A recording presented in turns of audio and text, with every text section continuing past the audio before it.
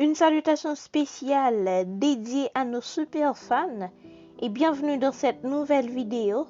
Aujourd'hui, cette vidéo est entièrement consacrée à la prise de décision. Nous allons voir les types de décisions et les phases de la prise de décision. Dans une entreprise, on parle généralement de prise de décision. Mais c'est quoi ça?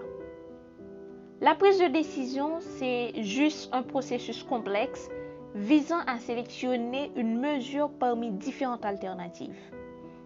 Dans une entreprise, ce processus est un principe guidé par l'intérêt de l'entreprise. La prise de décision, c'est un choix réfléchi. Donc, c'est un choix qui correspond aussi à la qualité de la personne qui prend cette décision.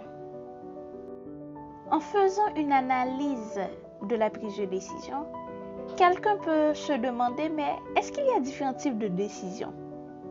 Mais bien sûr, dans les entreprises, on peut distinguer trois types de décisions. Premièrement, nous avons les décisions stratégiques.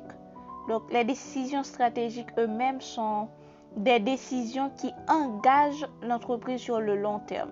Donc, c'est souvent une décision qui peut avoir une durée de 5 ans au plus. Deuxièmement, nous avons les décisions tactiques. Les décisions tactiques, ce sont des décisions qui ont une durée à moyen terme, de 2 à 5 ans. Ils n'engagent pas l'entreprise sur le long terme ou bien sur la durée de vie de l'entreprise. Et enfin, nous avons les décisions opérationnelles. Donc, les décisions opérationnelles, ce sont les décisions qu'on prend dans l'entreprise de tous les jours. Eux-mêmes, ils sont à court terme. Et une décision opérationnelle ne peut pas avoir une durée de plus de 2 ans.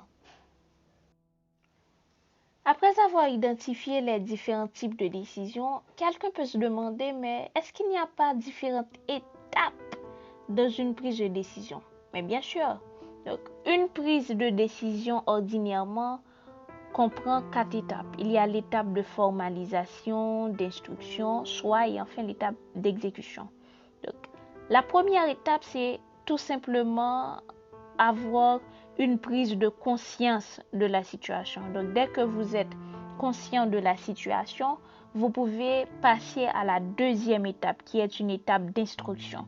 Donc, dans cette étape, vous allez collecter des informations, analyser les situations antérieures, faire une étude des solutions éprouvées par les cas similaires et collecter des avis, c'est-à-dire avis d'autres personnes. Et enfin, vous allez appeler un expert. Donc, l'expert lui-même, il peut vous donner beaucoup plus d'informations vu qu'il a beaucoup plus d'expérience que vous. Troisième étape, c'est à vous de faire un choix. À ne pas oublier, lorsque vous allez faire votre choix, vous devriez faire un choix en tenant compte des risques, des échecs calculés. Et il faut prendre en compte aussi les facteurs du succès. Et enfin, vous allez faire un choix qui vous semble théoriquement viable. Vu théoriquement, ça peut être viable, mais pratiquement, c'est quelque chose foutu. Quatrième et dernière étape, c'est la phase d'exécution. Donc, pour passer à l'action, vous allez désigner les acteurs concernés. C'est-à-dire, vous ne pouvez pas tout simplement dire « nous allons faire quelque chose », mais vous allez vous-même désigner les acteurs et définir la responsabilité de chacun. Vous pouvez me demander, mais pourquoi toutes ces choses? Pourquoi une prise de décision efficace? J'aimerais vous dire qu'une prise de décision efficace réduit les risques qui peuvent conduire votre entreprise à l'échec.